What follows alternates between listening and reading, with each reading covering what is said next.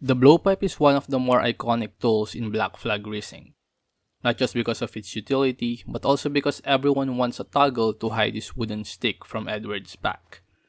And for this video, I want to share everything I learned about the Blowpipe, Sleep Darts, and Berserk Darts. Let's begin with the basics. You get the Blowpipe during your story visit to Tulum, the Assassin's HQ in the Caribbean. This is also the last tool you'll unlock for Edward. Depending on how much you explore, you can acquire the Blowpipe around 6 hours into the game. Personally, I only got it after a dozen hours, but that's because I tend to explore a lot and do naval combat. Anyway, once you get the Blow Dart, you get access to the Sleep Darts and Berserk Darts. As their name suggests, the Sleep Darts put enemies to sleep, while Berserk Darts make enemies go berserk and become hostile against everyone, including NPCs and other guards.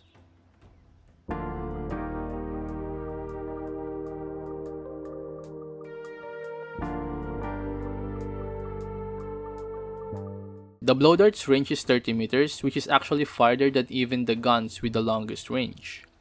Don't quote me, but I believe the max range of any gun is just 28 meters, belonging to the golden flintlock pistols. When you first get the Blowpipe, you can only carry 5 Sleep Darts and 5 Berserk Darts. As you upgrade the Dart Pouch, the capacity will increase to 8 and then 11 each at max upgrade. You'll need Howler Monkey Skin for the first upgrade and then Red Howler Monkey Skin for the last. While you can hunt these animals, note that the Red Howler Monkey can only be found in Isla Providencia, which you can only go to later in the game. So a better recommendation is to just buy Red Howler Monkey Skin from stores using bones. Now, aside from blowing sleep and Berserk Darts, it is useful to know that shooting a dart near an enemy will lure them. The dart will make a sound which will cause nearby guards to investigate. This can be a useful trick when you want to isolate guards or just make them move.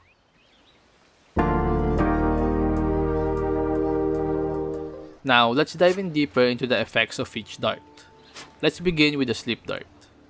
As mentioned, this dart puts enemies to sleep, which also includes animals, making it a great hunting tool since you can just put any animal to sleep and then assassinate them. At base level, the sleep duration is 40 seconds. Then the first upgrade increases it to 65 seconds, and the last one increases it to 90 seconds. You'll need crocodile leather for the first upgrade and killer whale skins for the last. The 90-second sleep duration is pretty good, especially against snipers on towers. This is due to the time it gives you to navigate and clear out the ground before climbing. It's also great if you prefer non-lethal stealth and keeping guards alive as you go through missions. However, if you're someone who is just killing everything on sight, I can recommend not to prioritize upgrading the Sleep Dart, especially if you have trouble collecting the materials needed. This is because the base 40-second duration is already generous. It's more than enough time for you to close gaps or take out nearby guards.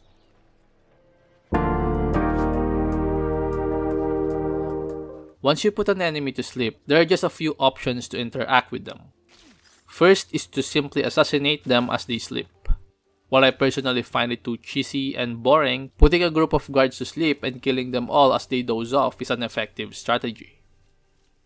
Second is to just leave them be and go about your way, especially if they are not your main target. Another option is to use them as a distraction. If they are in the line of sight of another guard, that guard will approach the sleeping one and wake him up. If you like non-lethal stealth, this is a good tactic for passing through 2 guards posted close to each other. Put one to sleep and as the other guy moves, you sneak past behind them.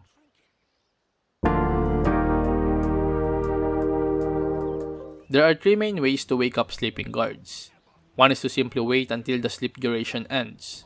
When the guards wake up, they will be in the investigative state and will look around hiding spots. Second, hitting sleeping guards with melee weapons, guns, or the rope dart will wake them up and instantly detect you and know where you are. Then, the last is using the Berserk Dart to wake them up. If you do so, they will not be aware of your location and simply look around for potential targets. Additionally though, a berserk enemy will also attack a sleeping guard, so I guess that is another unique way to wake up sleeping guards.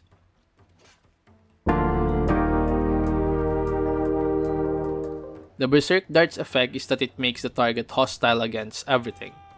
This includes ally guards and even non-combat NPCs.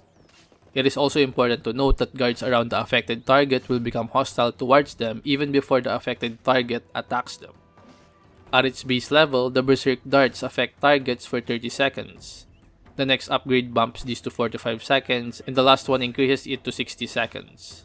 You'll need deer hides and humpback whale skins for the upgrades. Depending on enemy type, the Berserk Dart's end phase effect differs. Against normal and agile guards, the Berserk Dart will kill them when the duration ends. However, against officers and brutes, the Berserk Dart doesn't harm them after the duration. I would also like to note that the Berserk effect does not reduce enemy HP, so I don't think the death of normal guards is due to their possible lower HP.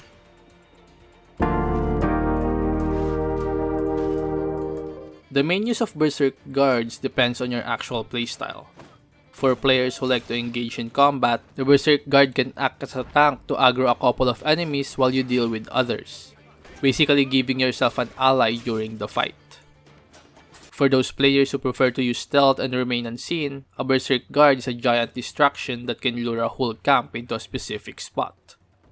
While guards are busy dealing with their Berserk allies, you can pass through them and complete your objectives. Using the Berserk Dart on animals has a slightly different effect. Aggressive animals like boars and jaguars seem to not attack each other and instead go for Edward. They also automatically detect Edward after the shot. They do die after the Berserk effect, similar to normal guards. Against prey animals like deers and hutias, they just run around after getting berserked and then die after the effect. The Berserk effect can be removed from a target in 3 ways. The first is simply waiting for the duration to end. As mentioned earlier, this will affect enemy types differently. The second is to use a sleep dart to change enemy status from Berserk into a sleep. Then a third option is applicable only for officers and brutes, which is to simply hit the affected target, causing them to snap out of the Berserk status. The hit needs to be a direct hit. If the enemy blocks it, they will remain berserked. Note that if you hit normal and agile guards, the Berserk effect will persist.